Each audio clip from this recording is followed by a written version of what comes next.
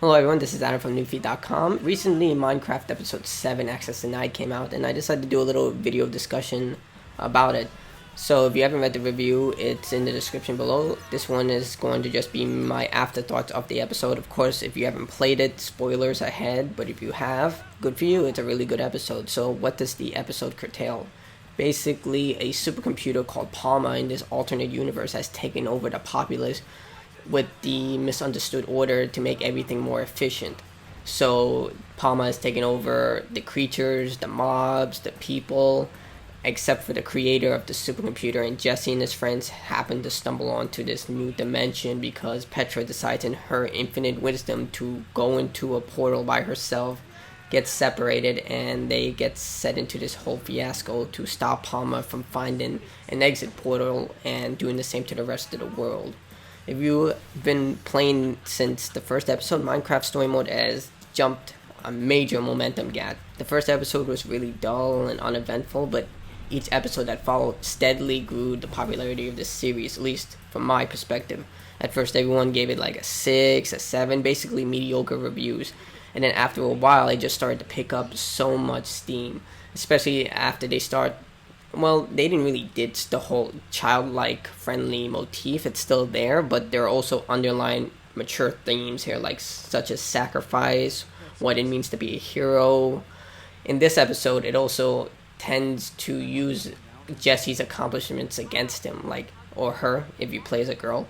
Basically, Jesse uses the past accomplishments of destroying the Witherstorm, surviving Sky City, and the Pumpkin Mansion as motivational boosters for his team when everything seems hopeless.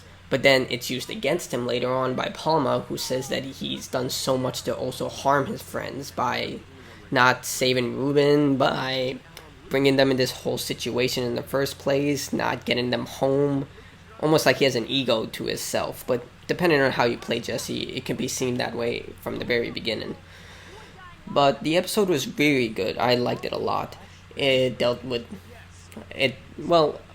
How do I put this? Basically, the episode was well written, and from getting from point A to point B was entertaining, but it didn't really have any monumental decisions, at least from my perspective. I'm sure the final decision would have a lot of weight in the next episode. For those who don't know, the final decision is whether to let Harper's home community, the one who invented Palma, to accept her back into the society or to basically ostracize her.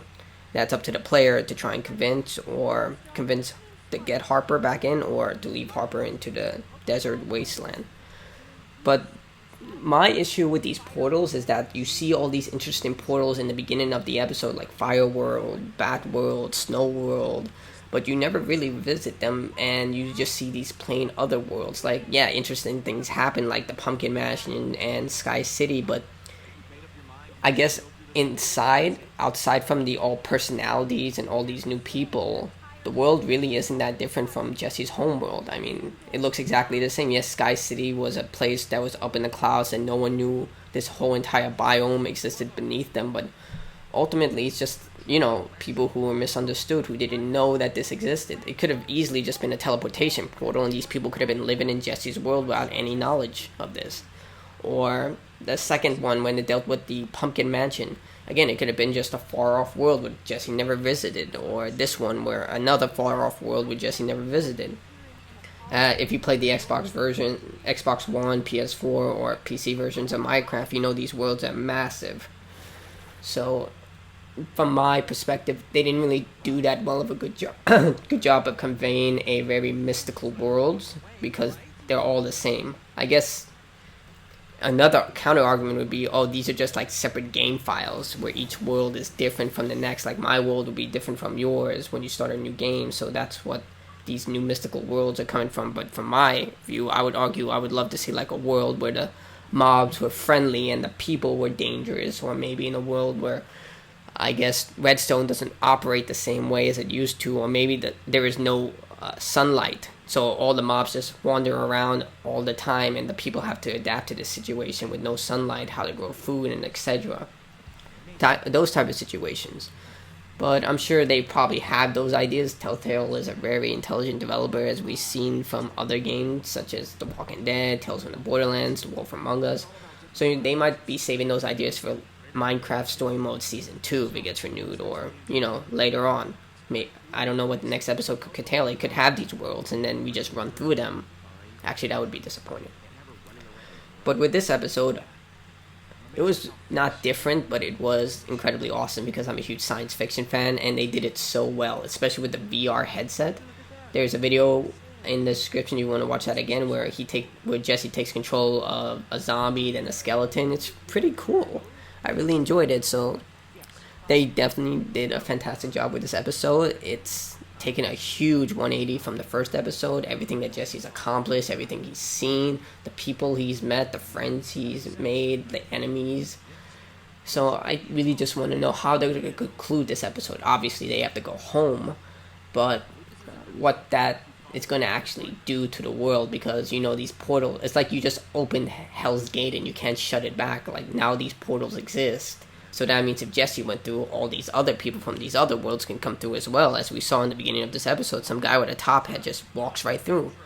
And it's not like they closed these portals. At the end of episode 6, Jesse and his friends run through the portal after defeating the White Pumpkin, and it's still open. Anyone could walk through and just do whatever the heck they want.